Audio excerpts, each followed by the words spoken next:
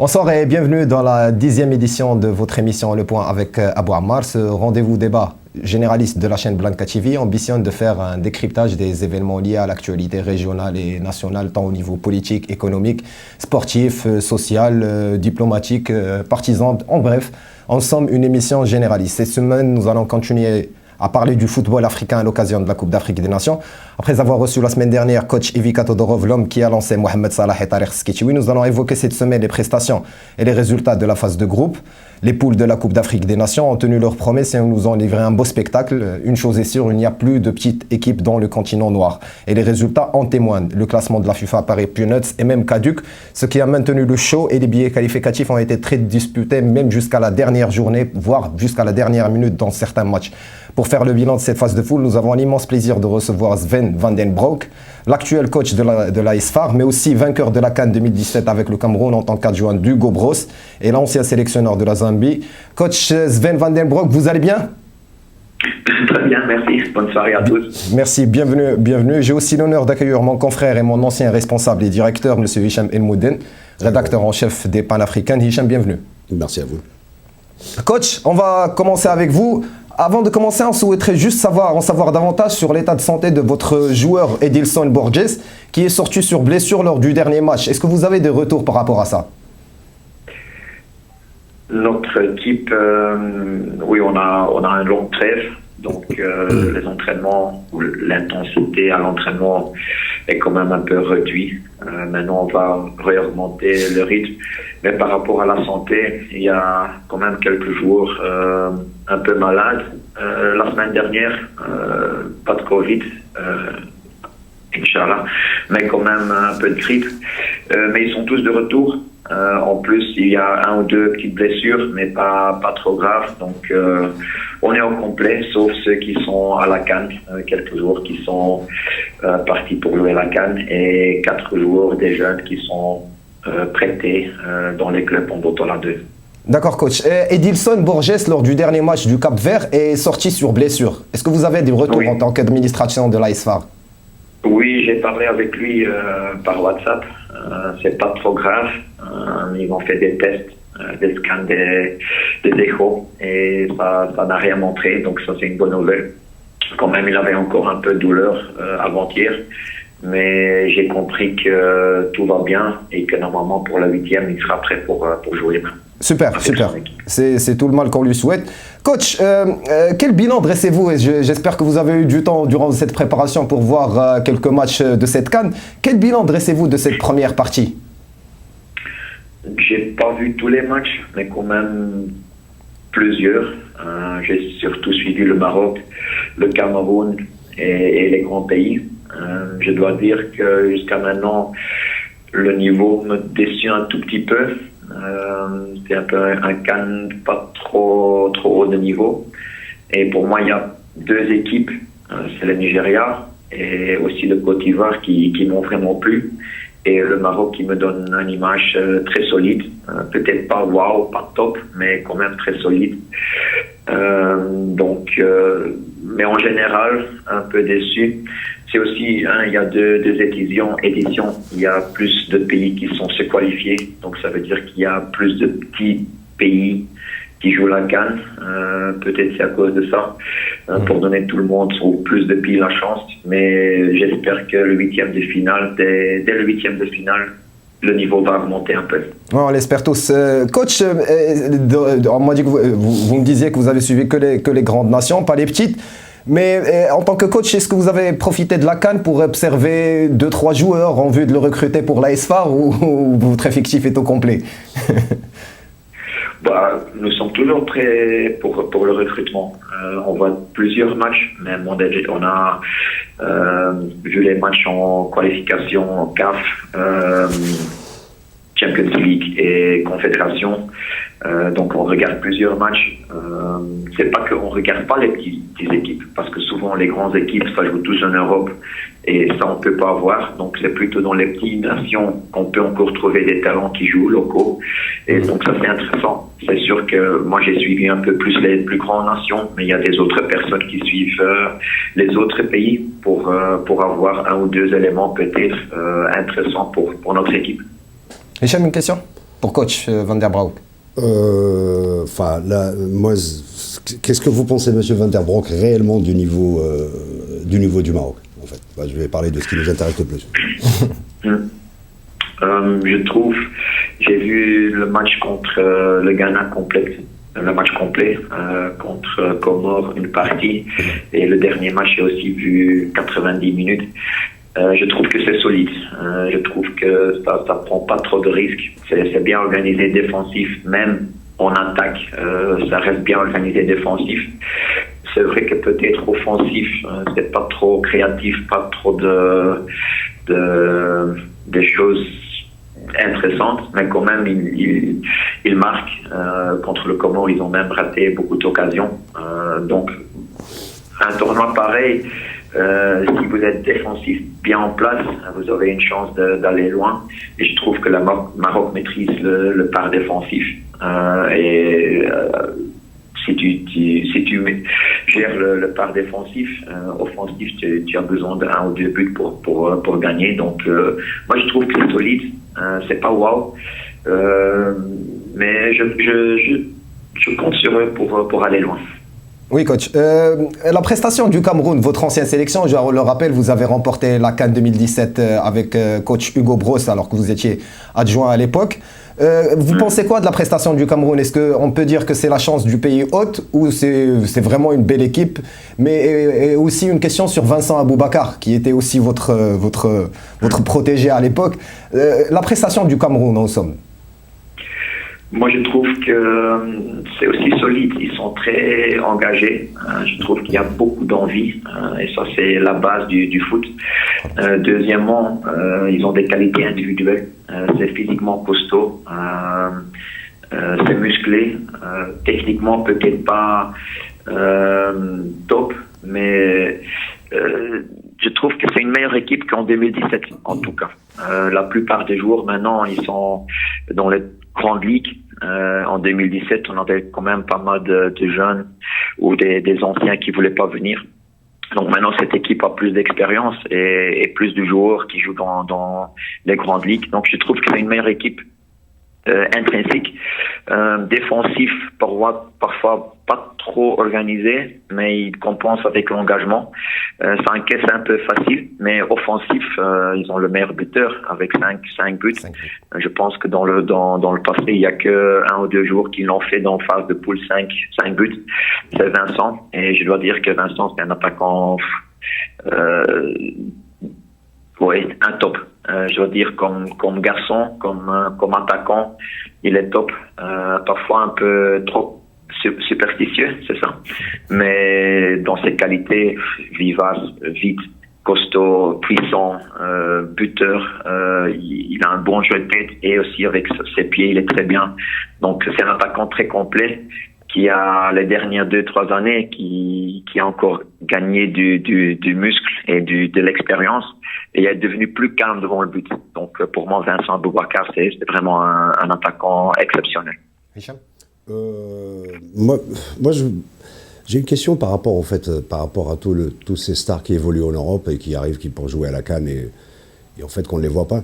Aujourd'hui, on a vu, l'Algérie aujourd'hui, il a coulé face à la Côte d'Ivoire. Le Maroc, ça reste un peu, ça reste correct.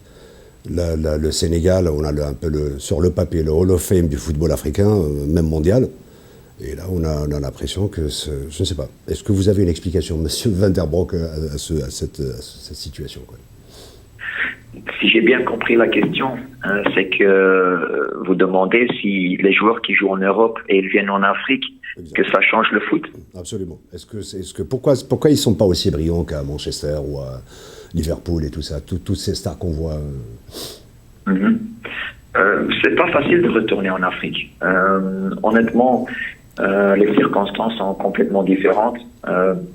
Pour donner un exemple, les Camerounais en 2017, on disait on va jouer au Gabon, il fait chaud, nous sommes habitués, mais nos joueurs, ils évoluent déjà 4 ou 5 années en Europe, donc eux, ils se sont adaptés au temps de l'Europe et ils avaient des difficultés à gérer la chaleur au début. Donc même le gazon, c'est complètement différent au Cameroun, donc ça change pas mal de de circonstances. Aussi le foot africain, où certains pays jouent encore plutôt un jeu direct. Donc c'est difficile de changer cette mentalité de jouer en Europe ou jouer en Afrique, c'est complètement différent et difficile à gérer pour un coach, mais certainement aussi pour chaque joueur individuel. Coach, moi je voudrais, dans la même lignée, je voudrais juste poser une question sur la prestation du Sénégal. Je ne sais pas si vous avez regardé l'ensemble des matchs, mais on a l'impression que le Sénégal fait des surplaces techniquement et tactiquement. Ils ont du mal à faire des transitions plus limpides et plus rapides. Et en témoigne, ils ont marqué un seul but, c'était sur penalty, et qui était discutable. On ne peut pas dire que c'était net et sans bavure ce penalty-là. Le Sénégal, vous pensez quoi de la prestation? Certains au Sénégal, allez, on va dire qu'il y a un problème de coach, disent qu'il y a un problème de coach et qu'Aliou Cissé n'a pas la carrure pour amener cette équipe-là. Vous en pensez quoi généralement de la prestation du Sénégal qui a été décevante jusqu'à présent? Oui, normalement, intrinsèquement, c'est un des meilleures équipes. Et je trouve que c'est le même coach en 2017, 2019 et cette fois-ci. Et quand même, en 2017, ils étaient très forts. Malheureusement, ils sont tombés contre nous, le Cameroun. On les a éliminés en quart de finale. En 2019, ils ont la finale, si je ne me trompe pas. Oui, mais cette fois-ci, je trouve qu'ils sont un peu mous. Il n'y a pas de créativité. Et surtout, les joueurs qui ont fait la différence en 2019 et 2017, ils sont absents. Ça, c'est surtout sur le plan offensif, je trouve. Oui, difficulté à marquer, même difficulté à créer des occasions. Et normalement, le Sénégal était très bien, très fort en possession de balle et de là même créer beaucoup d'occasions chaque match. Et là, cette année, c'est pas comme les années précédentes. Est-ce que maintenant c'est un problème de coach? À mon avis, non. Je connais bien le coach, il est motivé pour son pays, pour faire plaisir au peuple. Donc ça, je trouve pas. Tactiquement, je pense tous les joueurs qu'il a dans son noyau sont tactiquement assez forts pour trouver des solutions au terrain. Et un sélectionneur national, c'est plutôt gérer les groupes et mettre en place quelque chose qui est en volonté. Parce que les joueurs ont un tel bon niveau qu'ils sont tactiquement, techniquement assez forts qu'ils peuvent résoudre la plupart des problèmes sur le terrain. Donc moi je trouve pas que c'est un problème de coach. Pour moi c'est peut-être une question d'adaptation au Cameroun, adaptation de volonté cette fois-ci pour aller loin. Je manque un peu cette rigueur. Pour moi c'est plutôt ça que pas de problème de coach. D'accord. Hicham, coach, j'ai une question concernant le risque d'ennui, par exemple, pour la sélection marocaine qui dispose d'une semaine en fait, avant de jouer son prochain match de 8e. Est-ce que pendant une semaine, en fait, surtout dans les conditions actuelles du Covid, c'est-à-dire que les joueurs ils quittent pas des masses l'hôtel, c'est entre entraînement, retour à la chambre, entraînement. Donc, est-ce qu'il n'y a pas le risque d'ennui en fait? Comment vous vous comportez en tant que coach pour garder le moral des joueurs, pour garder la fraîcheur en fait, surtout mentale, quoi? La fraîcheur physique, ça c'est bien parce que je pense qu'il y a 7 ou 8 jours entre le dernier match de phase de poule et 8e. Donc c'est beaucoup. Pour moi, c'est plutôt qu'est-ce que vous allez faire au Cameroun pendant 8 jours. Parce que double séance par jour, presque impossible dans un tournoi, sauf avec ceux qui n'ont pas joué beaucoup. Donc c'est plutôt comment on va gérer le temps libre là-bas, parce qu'il n'y a rien à faire. Les hôtels, c'est pas top. Je connais bien les circonstances. Et c'est encore bien qu'ils sont à Yaoundé. C'est la capitale. Si vous êtes dans une autre ville, c'est encore plus compliqué. Donc, pour moi, c'est le fraîcheur mental qui est crucial cette semaine pour gérer les 7 jours entre les 2 matchs. Pour le reste, physiquement, tactiquement, je vois pas de problème. C'est surtout sur le plan mental et le groupe qu'ils vont pas s'ennuyer, qu'il n'y a pas de discussion entre les joueurs et que l'atmosphère reste bien. Coach, le dernier finaliste le vainqueur de la dernière compétition vient de quitter aujourd'hui la compétition. Vous pensez quoi de la prestation de l'Algérie? Est-ce que c'était trop de pression? Soit c'était au niveau mental? Qu'est-ce qui a pêché qu'est-ce qui a fait que l'Algérie a été... Voilà, rappelons-le, qui a enchaîné 2 défaites. Quelle analyse portez-vous sur ça? Honnêtement, ça m'a étonné qu'ils ont pas fait des bons matchs. Ok, c'est vrai que contre, je pense, Guinée équatoriale, ils ont raté beaucoup d'occasions. Ils étaient beaucoup plus forts. Mais le gardien, il a fait des arrêts incroyables. Mais souvent, c'est ça. On pense, oh, on est champion, ça sera facile cette fois-ci, on va aller loin sans beaucoup d'efforts dans phase de poule et après on verra. Mais le foot africain, c'est pas comme ça. Il n'y a pas de match facile. Même le Malawi, le Comore, ils font des bons matchs, ils font des résultats. La Gambie qui est qualifiée la première fois, ils sont même deuxième. Actuellement, ils doivent encore jouer ce soir.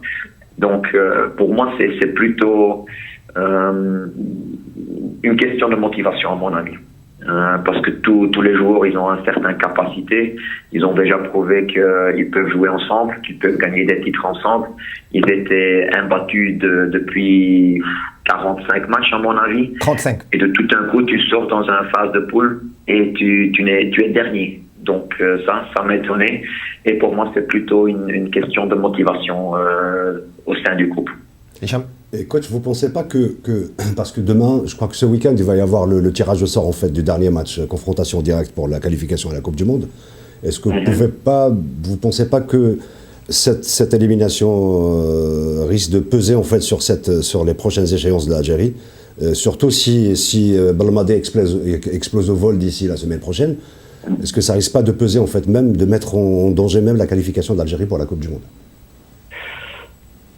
Ça peut tourner dans les deux sens.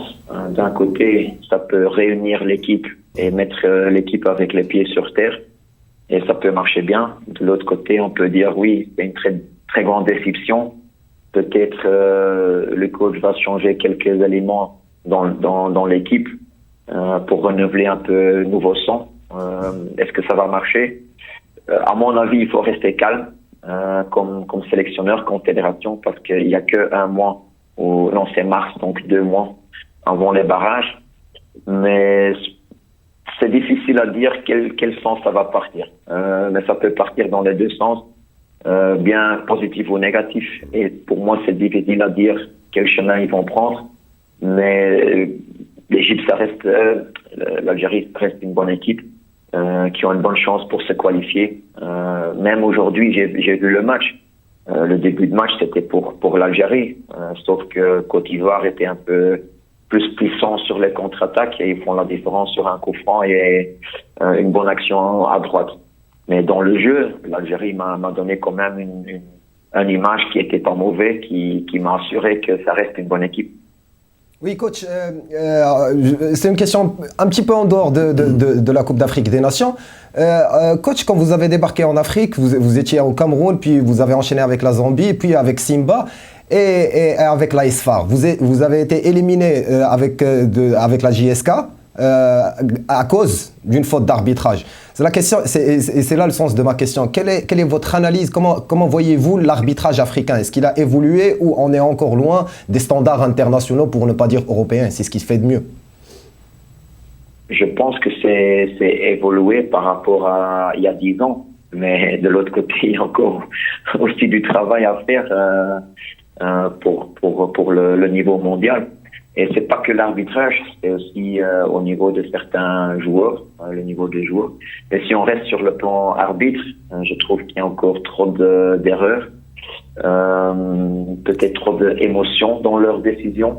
Le VAR, ça va aider, ça c'est sûr, mais pas tous les pays ils utilisent le VAR jusqu'à maintenant. Je pense même pour la plupart des arbitres sur la CAN, c'est nouveau.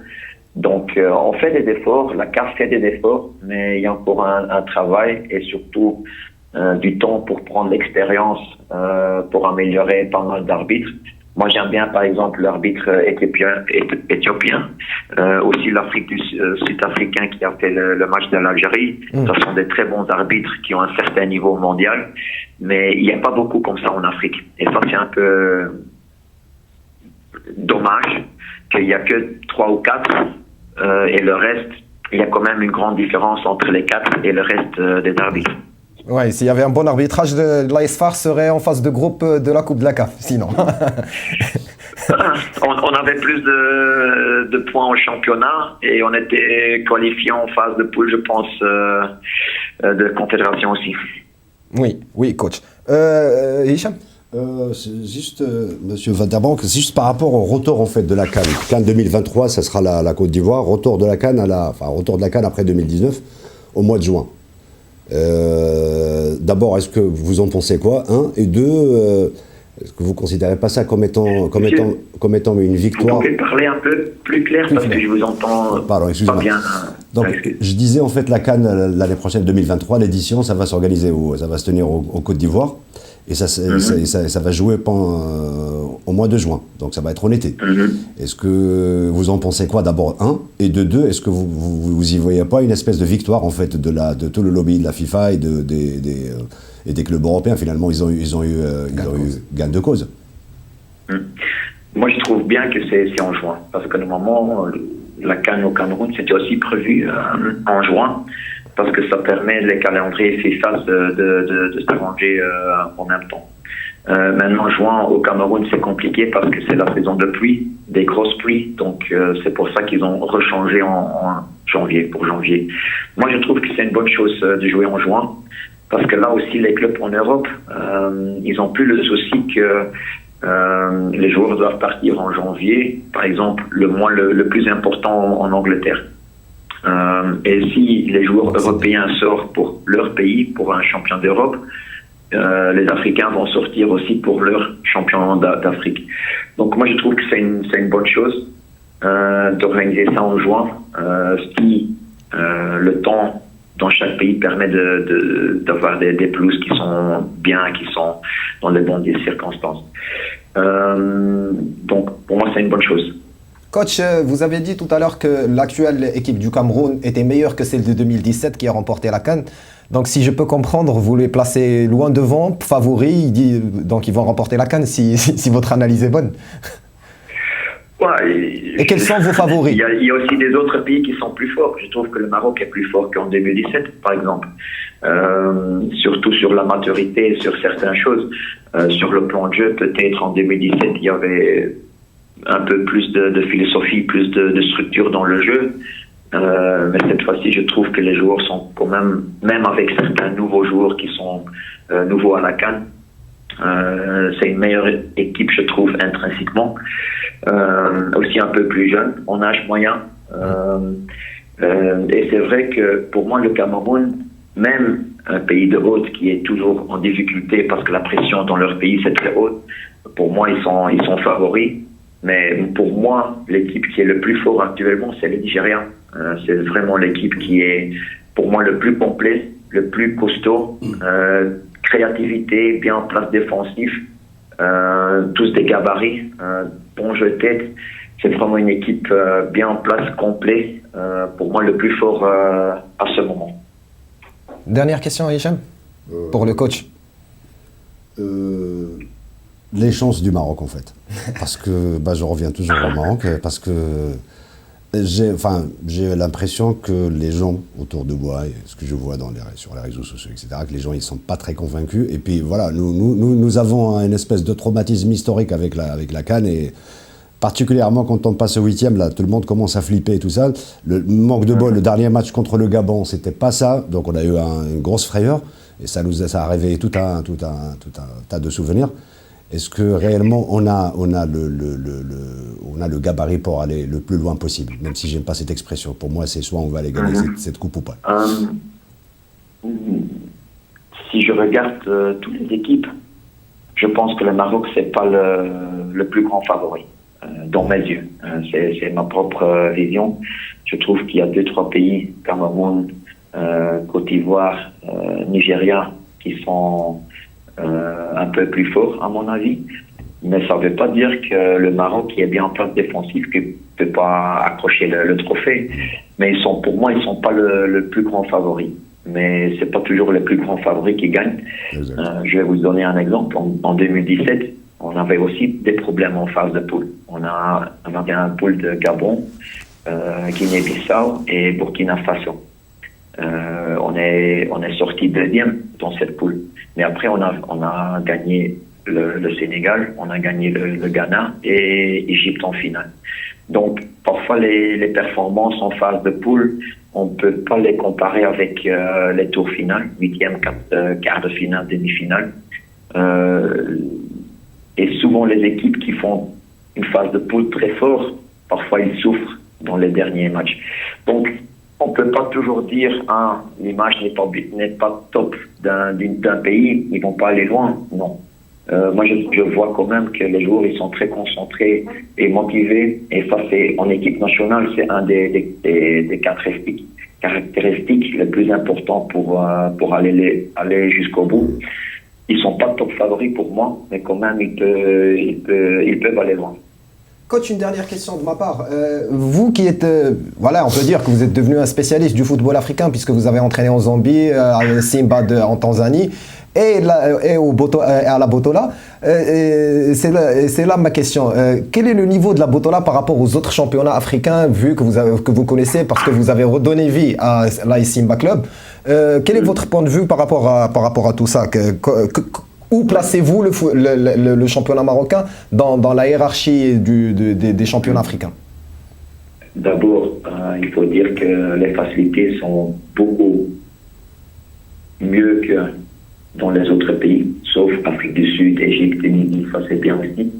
Mais les autres pays, vous trouvez un ou deux bons terrains, c'est souvent dans la capitale, et le reste c'est, oui, beaucoup moins.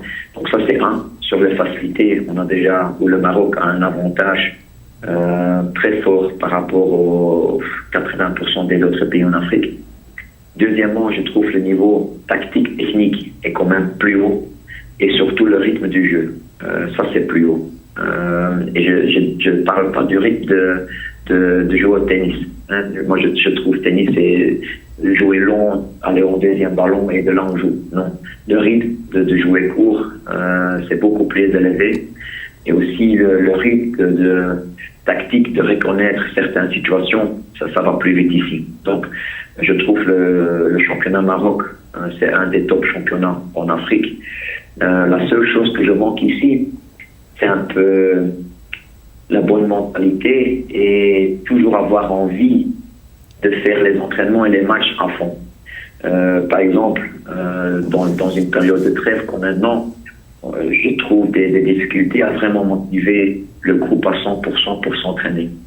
En Afrique noire, par exemple, les petits, ils sortent sur le terrain, il y a match ou pas match, ça pleut, il y a le soleil, ils sont toujours contents d'être sur le terrain et ils se donnent à fond. Et ça, c'est pour moi la seule chose négative ici, c'est que parfois il manque peut-être le vrai envie de se donner tous les jours, même s'il n'y a pas un grand enjeu, un match championnat par exemple le week-end. La motivation souvent vient de quelque chose externe. Et souvent les Africains noirs, ils ont une ambition et une volonté interne.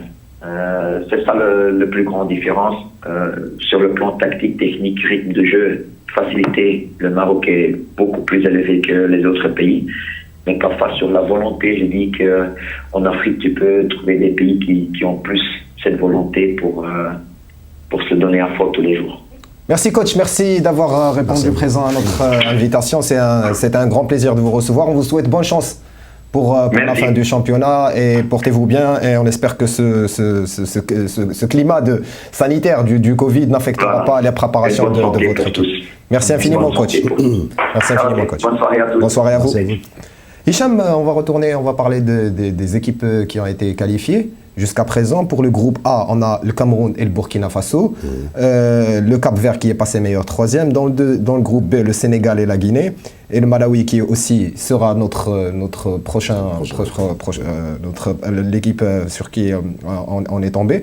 Vous pensez quoi de ces deux premiers groupes, de la prestation du Cameroun, du Burkina Faso, du Sénégal et de la Guinée en même temps? C'est beaucoup de sélections. Beaucoup de sélections, mais voilà. Okay. Le niveau de jeu pour les deux premiers groupes. Le Cameroun, c'est très costaud, etc. Sauf qu'il y a quand même quelques défaillances, à mon avis, au niveau de la défense et au niveau du milieu de terrain. Il y a quelques... parfois, il y a un peu de la légèreté derrière. Sauf qu'ils ont l'avantage, bien sûr, quand tu es les pays hauts, d'abord de 1, les Camerounais, on le sait, c'est des fous du football. Donc, ils sont poussés par toute une nation derrière. Et puis, ils ont un tueur, Wakar, qui est... voilà, C'est 5 buts. Donc, il me semble que le Cameroun va aller, à mon avis, le minimum demi-finale. Ça, à mon avis, c'est facile. Le Sénégal, bon, je n'ai pas grand-chose à dire à propos du Sénégal. J'ai des amis sénégalais avec qui je suis en contact. Tout le monde est dégoûté là-bas, en fait. Et même avant le début de la Coupe d'Afrique, parce que déjà en 2000, lors de la finale en 2019, en fait, déjà en Égypte, juste après, ils disaient tous que c'était Aliou Cissé, c'est bon, il a un peu, on dirait qu'il est arrivé à une espèce de saturation, c'est-à-dire qu'il n'y a plus aucune créativité dans sa manière de voir l'effectif, dans sa manière de renouveler le jeu. Et c'est devenu trop statique. Et plus le temps passait, plus on a l'impression que le Sénégal, on dirait qu'il cadre, c'est une espèce de mentalement, ça marche pas, quoi. Il y a quelque chose qui a du mal à démarrer, en fait. C'est comme ce qu'on a vu avec les Algériens, justement. Oui. Désolé de vous couper, on a avec nous Jamal Benidder. Jamal, vous me recevez? Oui, ça va, comme moi j'entends bien. Ouais. Super, vous allez bien? Désolé de vous avoir pris de votre temps. Non, ça va, non, il n'y a pas de souci. On était en train de parler des équipes qualifiées, on a parlé du Cameroun, du Burkina Faso, et on était en train d'analyser le Sénégal. On a parlé du Sénégal comme étant, voilà, c'est une sélection qui, c'est de surplace, voilà, ils sont en train on ne sait pas, après le deuxième tour, comme le disait M. Van der Broek tout à l'heure, c'est que le deuxième tour, il peut y avoir tout un déclic, tout un changement des équipes qui étaient super fortes. Après, on ne va plus les retrouver au deuxième tour parce que la CAN, c'est un championnat de gladiateurs, en fait. C'est d'abord physiquement, il faut rester jusqu'à la fin. Et ça, c'est quelque chose de vraiment c'est très difficile pour pas mal de sélections. Avec tout ce qu'il y a autour, le climat, l'environnement. On les voit aujourd'hui, on a vu comment la Côte d'Ivoire, comment les Ivoiriens, ils ont mangé les Algériens au milieu de terrain avec des gabarits. Avec Essier et ses séries qui font du très très bon jeu. Il n'y aura pas une fois on arrive à partir de 8e, il n'y aura plus de cadeaux. Je veux dire, juste je fais un clin d'œil par rapport à ce qui s'est passé avant-hier dans le match contre le Gabon, ou même le match d'avant, on a raté 1 milliard d'occasions. Il faut savoir qu'à partir de maintenant, il faut en mettre une demi-occasion, il faut la mettre au fond. Il n'y aura plus de cadeaux. Il n'y a plus personne qui va vous faire de cadeaux. Donc c'est du football très costaud. Il n'y a que les meilleurs qui vont rester à la fin. C'est du darwinisme sportif, quoi. Jamal, c'est un immense plaisir de vous recevoir. Plus de 400 matchs entre la Ligue 1 et la Ligue 2. Vainqueur de la Coupe d'Afrique, la Coupe de la CAF, la Champions League de la CAF et la Super Coupe de la CAF avec le WAC. Jamal, quel bilan dressez-vous de cette première partie de la CAN? Après, on va parler du Maroc. Écoute, il y a eu de grosses désillusions, on va dire. Bon, vous parliez à l'instant de l'Algérie, c'est une grosse désillusion. Ils ont pris une grosse claque. Tant mieux pour le Maroc, parce que c'est un favori de moins. Maintenant, on va passer avec les huitièmes. Mentalement, ça va être des configurations différentes. Ça va être des matchs à élimination directe. Donc, il peut y avoir certaines surprises. Il faut prendre chaque équipe avec beaucoup de sérieux. Et si on prend le cas du Maroc, le Malawi, il va falloir les prendre très, très au sérieux. Et puis derrière, il y aura une superbe confrontation si on passe avec soit la Côte d'Ivoire, soit l'Égypte. Ça va être du beau spectacle. Je pense qu'à partir des huitièmes, là, maintenant, les choses sérieuses vont commencer pour un peu toutes les équipes. Et à partir de là, on pourra commencer à parler du niveau de cette CAN. Oui. Vous pensez quoi de la dernière prestation du Maroc face au Gabon? J'ai lu dans une de vos sorties médiatiques où vous disiez qu'il ne faut pas changer autant l'équipe et que ça va influer sur le jeu. Et comme si vous avez regardé le match avant nous, quoi. Non, en fait, quand on analysait les deux premiers matchs de l'équipe du Maroc, on a vu qu'il y avait un gros problème au niveau de l'efficacité offensive.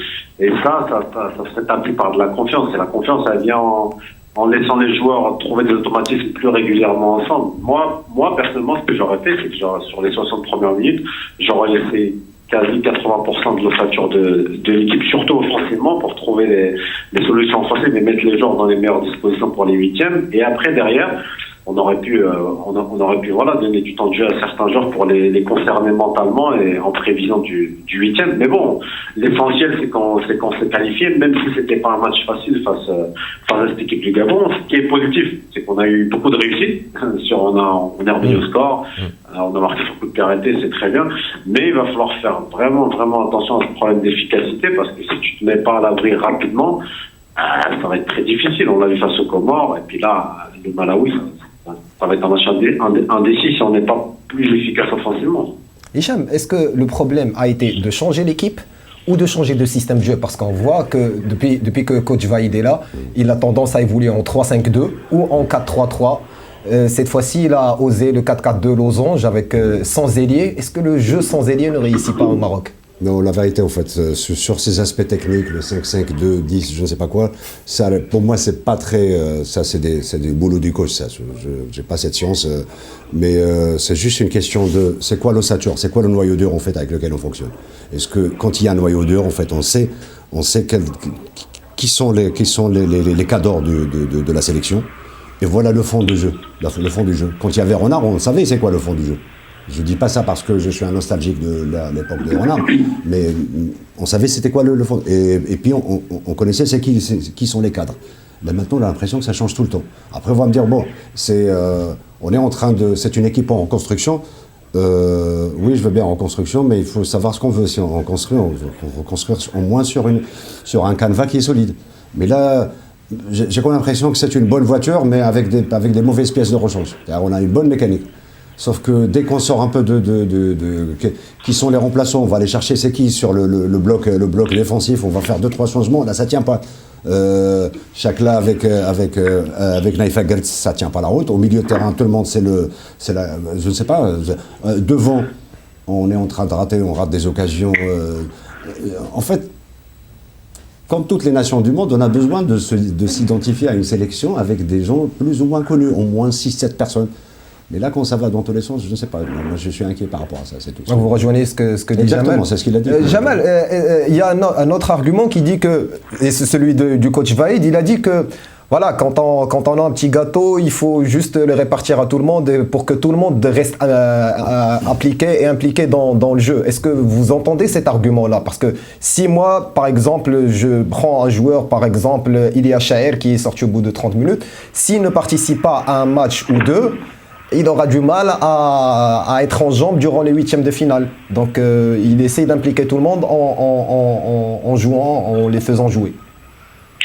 Oui, ça se tient, son raisonnement, il se tient. Pour preuve, il a fini premier du groupe et il a essayé de donner un peu de temps de jeu à tout le monde. Après voilà, comme je l'ai dit, et comme je viens d'entendre l'argument, c'est très intéressant.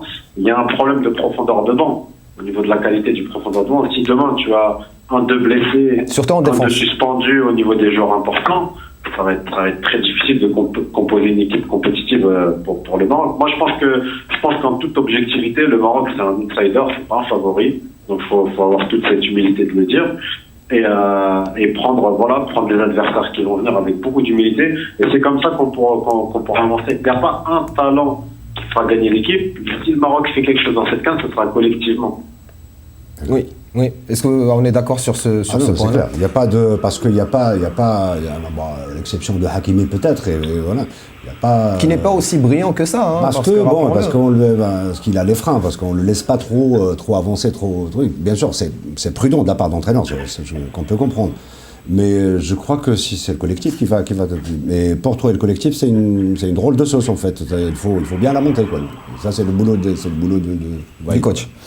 Jamal, vous pensez quoi de cette disqualification de l'Algérie? One Choutri, c'est par ici la sortie. Vous pensez quoi de ce résultat, de leur prestation de manière générale? Est-ce que c'est un coup moral ou est-ce qu'ils sont rassasiés, ils sont gavés de titres? Comment expliquez-vous cela?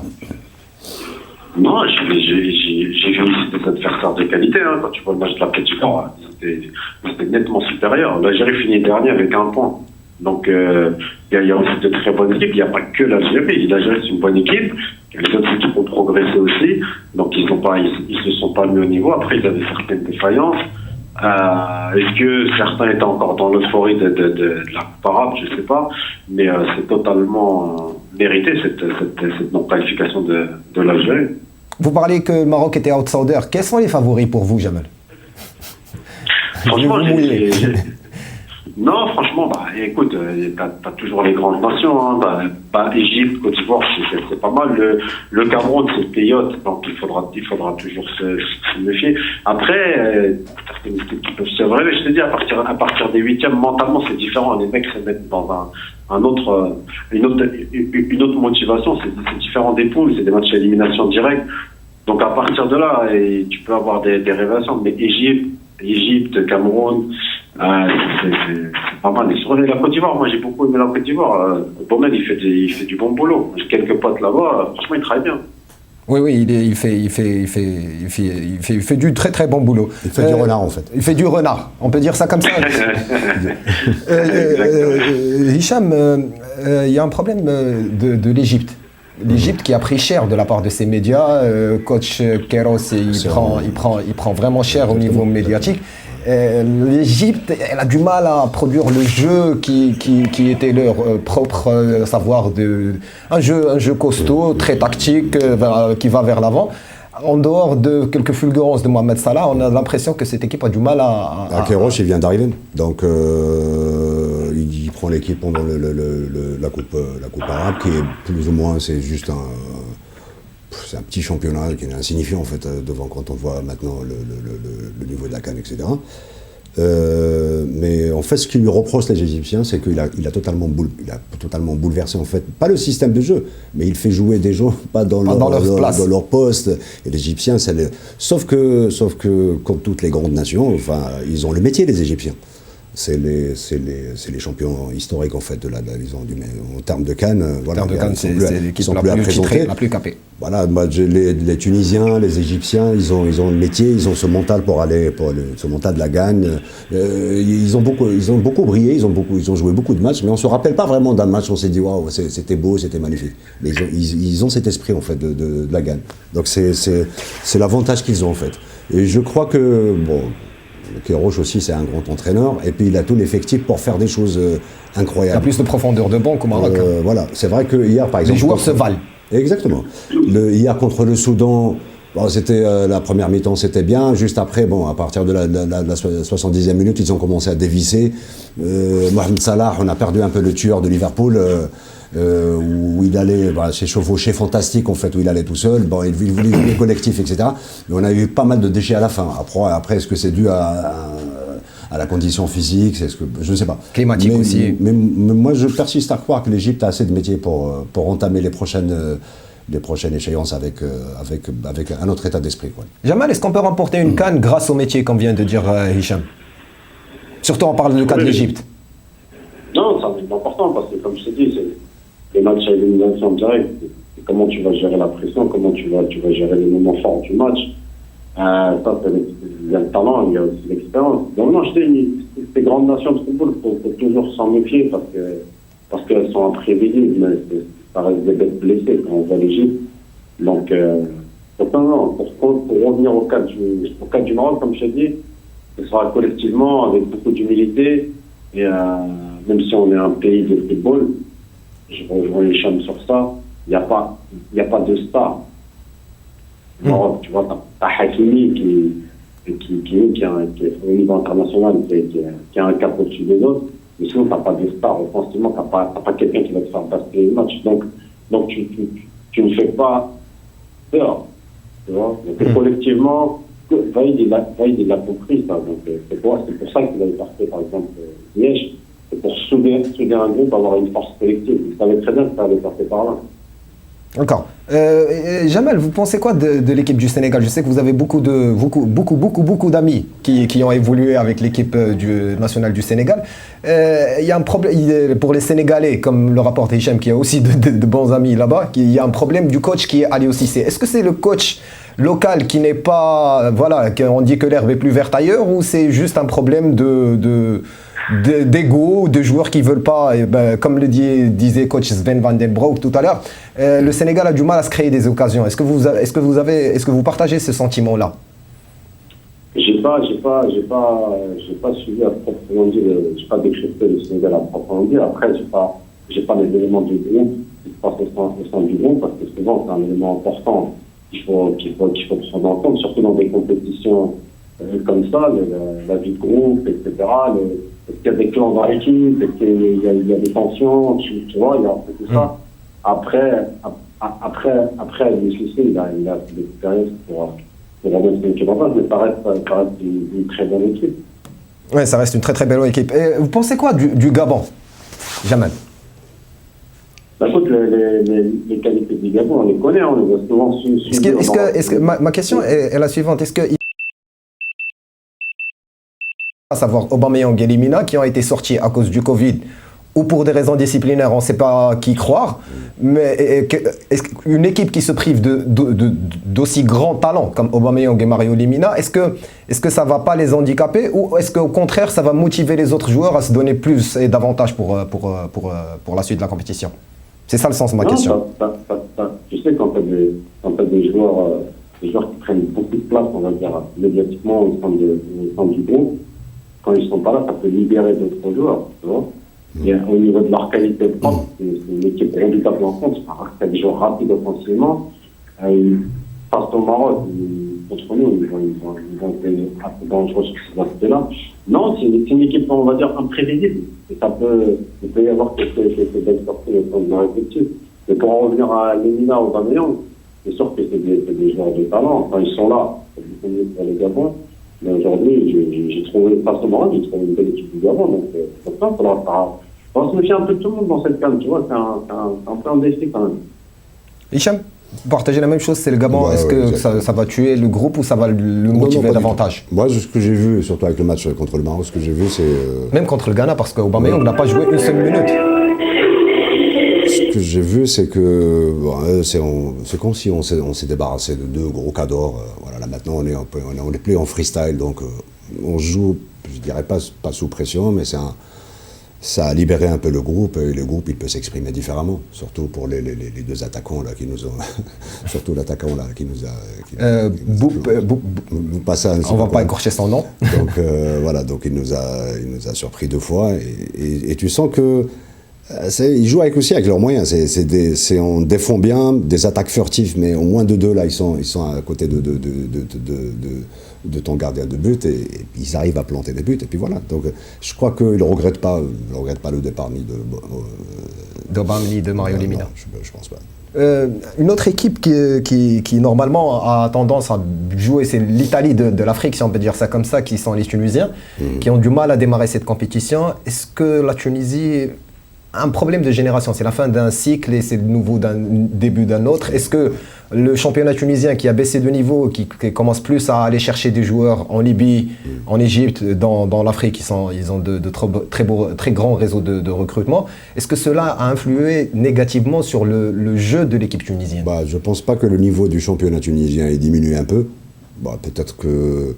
Parce que d'après ce que je sais, il y a tout le modèle économique en fait qui a changé dans le championnat tunisien. Donc ce qui fait que, c'est-à-dire, tout ça, ça a impacté les clubs, etc. La Tunisie, c'est un pays où les grands clubs, en fait, ils ont toujours été en bisbille avec à l'époque le pouvoir de Ben Ali et tout ça. Ça a permis en fait comme le cas de Slim Chiboub, le patron emblématique du football en Tunisie. Et puis ça a permis un peu de booster des grands clubs qui sont devenus un peu... qui ont tout gagné en Afrique, il faut le dire. Une vitrine. Voilà. Et après, depuis 10 ans là maintenant, on commence, il y a des... c'est un peu en dents de scie, quoi. Mais je ne pense pas qu'il y a une baisse de niveau. C'est simplement... aussi, je crois que c'est le même cas que l'Égypte. Ils vivent une transition, et là maintenant, ils ont un entraîneur dont personne n'a été convaincu. Et d'ailleurs même... qui est sur la sellette. Oui, mais même déjà pendant la Coupe Bien arabe, avant la coupe arabe à Doha, beaucoup de gens disaient non, c'est lui, le costume il est un peu plus grand que lui, quoi. Pourtant, on a renouvelé la confiance en lui, et puis il est là. La Tunisie, je crois que maintenant, ils sont en train de jouer là maintenant. Ils sont en train de jouer 0-0 première mi-temps. Voilà, mais je pense que s'il passe en 8e, on risque d'avoir un autre... Parce que ça reste quand même la Tunisie, c'est le métier, c'est le pragmatisme, c'est enfin l'école italienne, c'est beaucoup plus de malice, c'est beaucoup plus on va gagner, mais peu importe le prix. Je ne dirais pas on va tricher, mais ils ont cette capacité, les Tunisiens, et ils nous ont surpris pas mal de fois à cause de ça. J'aimerais partager ce point de vue sur la Tunisie. Est-ce que la Tunisie peut être encore dangereuse ou c'est la fin d'un cycle, par votre avis? Moi, c'est une équipe qui arrive en tant que cycle, oui, mais ça reste une équipe avec beaucoup d'expérience, des joueurs de qualité. Et arriver à ce niveau de compétition, comme je dis, l'expérience c'est très important. Donc voilà, sur ce qu'on a vu, c'est clair qu'on attend mieux de la Tunisie, mais c'est une équipe très intéressante. Mais moi, je mettrais une pièce, franchement, sur la Côte d'Ivoire, parce qu'ils m'ont vraiment plu et ils ont vraiment des belles individualités. Oui, le Côte d'Ivoire fait du bon boulot. Et puis statistiquement, chaque fois que, quasi dans la majorité des fois, où la Coupe d'Afrique s'est jouée dans l'Afrique de l'Ouest, il est resté dans l'Afrique de l'Ouest. Donc, ça c'est vrai. Statistiquement, oui. Et donc ça sera soit le Cameroun, soit le Nigeria. On est un peu dans ces eaux-là, quoi. D'accord. On a aussi l'équipe du Mali qui a vraiment une génération dorée. Le Mali qui fait de belles prestations, voilà, on ne sait pas s'ils sont en train de jouer là pour le moment, on ne sait pas s'ils vont se qualifier ou pas, mais j'ai vu du très très beau jeu produit par l'équipe du Mali. Vous ne partagez pas ce point de vue? Ça a toujours été comme ça. Le Mali, c'est une usine aussi de footballeurs. Mais bon, ils n'ont jamais été dans les... genre, remporter des Coupes d'Afrique, etc. Donc ça reste un beau outsider, un très bon invité qui vient, qui fait de la bonne animation, etc.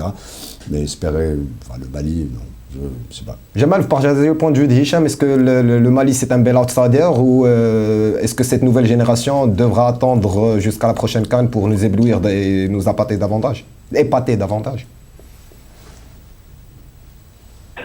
Oui, je rejoins Hicham sur ce point-là. C'est une équipe de qualité. On connaît la qualité des Maliens. Après, pour être un peu plus dangereux, on attend un brin plus de très compétiteurs dans cette équipe, mais c'est une équipe de qualité, il y a des super joueurs, et voilà, moi, ce que j'ai vu pour l'instant, et ce qui se présage, c'est une belle fin de CAN.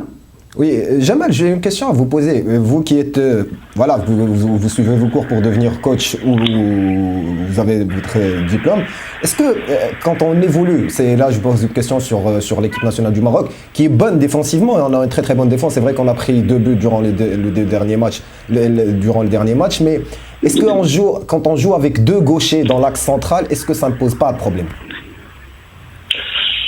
Écoute, tout dépend de tes options offensives de relance. Mais oui, ça peut poser un souci, même sur l'aspect défensif, sur tes appuis, ta manière de défendre. L'idéal, c'est d'avoir un gaucher à gauche, un droitier à droite. Après, voilà, quand on parlait de profondeur de banc, d'effectifs, de renouvellement de génération, de groupe, c'est ça. Aujourd'hui, cite-moi un défenseur central de haut niveau marocain droitier. Ah là, vous me posez...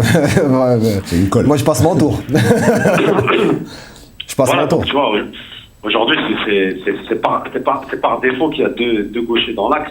Et il va falloir s'en contenter. C'est pour ça que je te disais que si le Maroc va loin dans cette CAN, ça sera par solidarité et par effort collectif.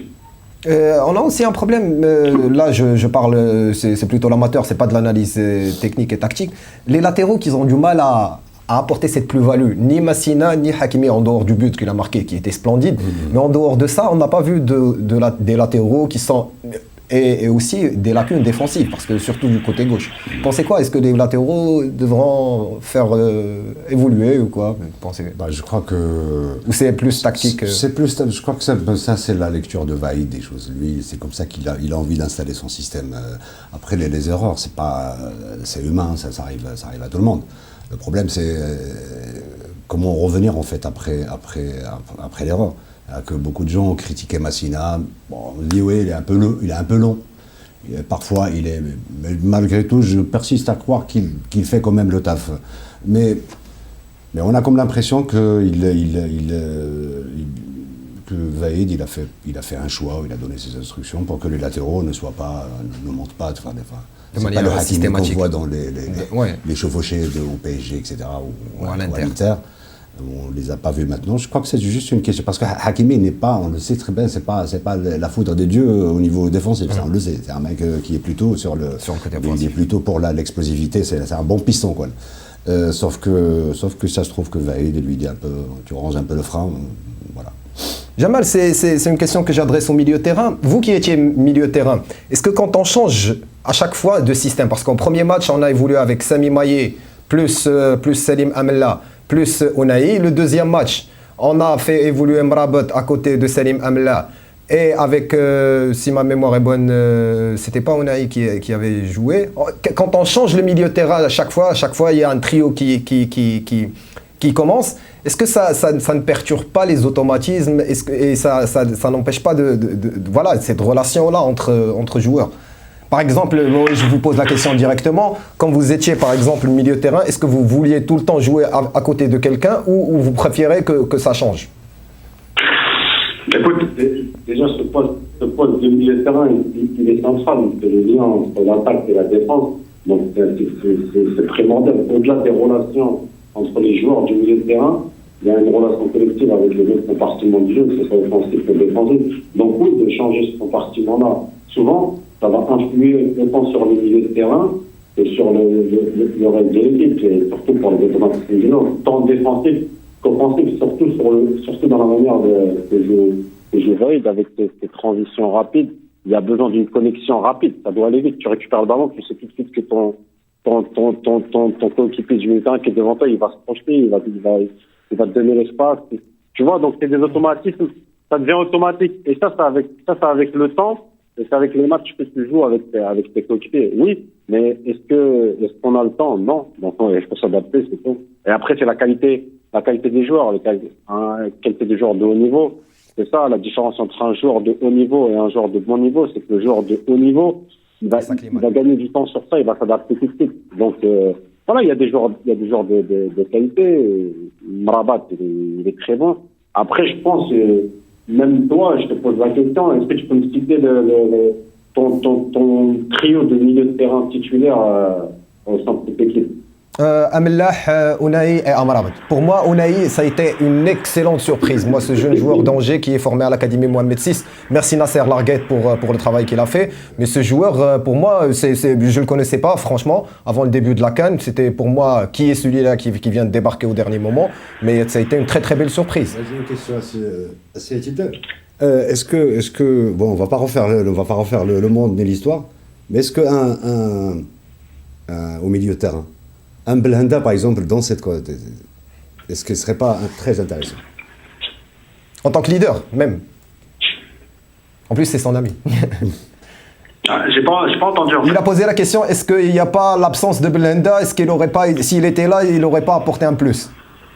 Ben oui, bien sûr. Quand tu regardes la composition du groupe, il y a certains joueurs, j'ai pas envie de citer de nom, qui je comprends tant sportivement que niveau du groupe.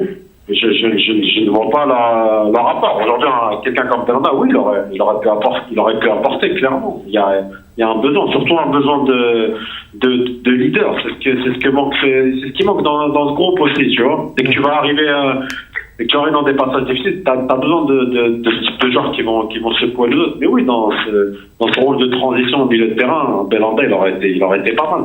Ouais, il aurait été excellent même. Un dernier petit problème qui pose toujours question, et le match des Comores l'a prouvé et de loin, c'est cette absence d'efficacité. Est-ce que c'est dû au schéma de jeu, c'est dû à l'absence de confiance ou le manque de compétition de Youssef N'Sery? Comment expliquez-vous il pêche dans la finition? Bah, il n'est pas le seul. Hein. Kaby aussi qui a raté des tonnes. Ça, franchement, je ne sais pas ce qui se passe dans leur tête. Je veux dire, je ne suis pas dans leur tête pour savoir que là, ils ont eu pas mal d'occasions franches, ils ont loupé.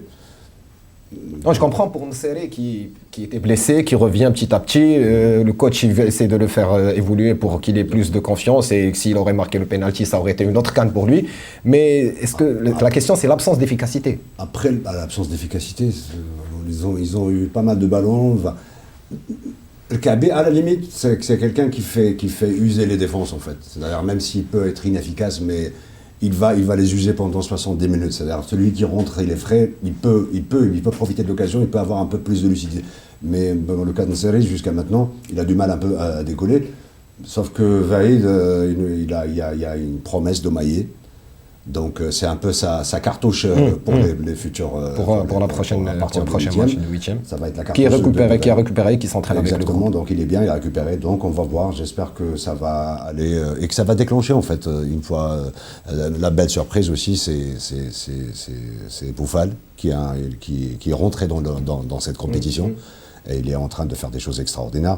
L'autre belle surprise, c'est un revenant, le gardien, Mounir Mohamdi, qui revient, qui fait un match extraordinaire. Il a quand même arrêté Bamada. Sur les 2 balles, franchement, là, moi je dis, c'est pas de sa faute, il n'y est pour rien. Mais c'est une belle surprise quand même, il faut pas... Je crois que c'est Bruno qui va continuer la compétition, parce que le dernier match, on sait que... Exactement. Sauf que faut pas oublier que Mohamdi, il a été toute la grande... il a fait toute la qualification avec Hervé Renard, c'était le numéro 1 de Renard. Exactement. Donc voilà, donc ça c'est des belles surprises. Ounahi, qui sort de nulle part. Qui sort de nulle part, ce garçon-là, tu vois. Il fait le taf bien comme il faut. Voilà, et j'espère que ça va se débloquer, surtout au niveau de la... Jamal, ma dernière question sera pour toi. Est-ce qu'on est censé attendre une fulgurance de Boufal pour marquer, ou on espère que ça va se débloquer et que l'appétit vient en mangeant? Non, si tu regardes sur les derniers matchs et sur les dernières prestations de Boufal, tu vois que c'est un joueur décisif, percutant et qui amène toujours du danger dès qu'il a le ballon. Donc oui, il faut le mettre dans les meilleures conditions, miser sur Boufal, mais il faut qu'à côté les joueurs offensifs soient plus efficaces. Nassari, il revient de blessure, c'est pas facile, surtout d'être rapidement dedans, tu vois, dans le coup. Kaabi, il est très généreux, il bosse beaucoup. Il faut qu'il soit beaucoup plus concentré dans le dernier geste.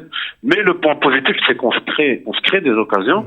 Et il va falloir mentalement être plus tueur. Mais Boufal, c'est clairement l'homme en forme du côté marocain. Ah oui, d'ailleurs, c'est lui qui porte l'équipe nationale avec 2 buts, qui est 2e au classement des buteurs. Donc on espère, on croise les doigts pour vaincre le Malawi et pour accéder à celui qui va remporter le match entre la Côte d'Ivoire et l'Égypte. Moi, je dois rendre l'antenne. Mais je remercie Jamal d'avoir participé à cette émission, même s'il avait plein d'autres chats fouettés, si on peut dire ça comme ça. Merci Jamal. Non, au plaisir. Merci, bonne fin de soirée. Merci Hicham d'avoir répondu présent à cette émission. Merci à vous. C'est un immense plaisir de vous recevoir. C'est un immense plaisir. Avant de finir, je voudrais juste présenter mes condoléances à Abdelmalek Snchissi et à la famille qui était ancien président du WAC. Je vous donne rendez-vous la semaine prochaine. C'est promis, on ne va plus parler de football, on va parler politique et on va revenir aux choses plus sérieuses. On va faire le débat sur les 100 jours du gouvernement. Et le football, c'est sérieux? Plus sérieux, j'ai dit. Donc plus sérieux, avec les 100 jours du gouvernement. D'ici là, portez-vous bien. Jeudi prochain, 20h sur Blanka TV. Au revoir. ديروا لايك وبارطاجيو الفيديو مع اصحابكم وما تنسوش ابوناو في لاشين وتفعلوا الجرس باش يوصلكم كل جديد بلانكا تيفي.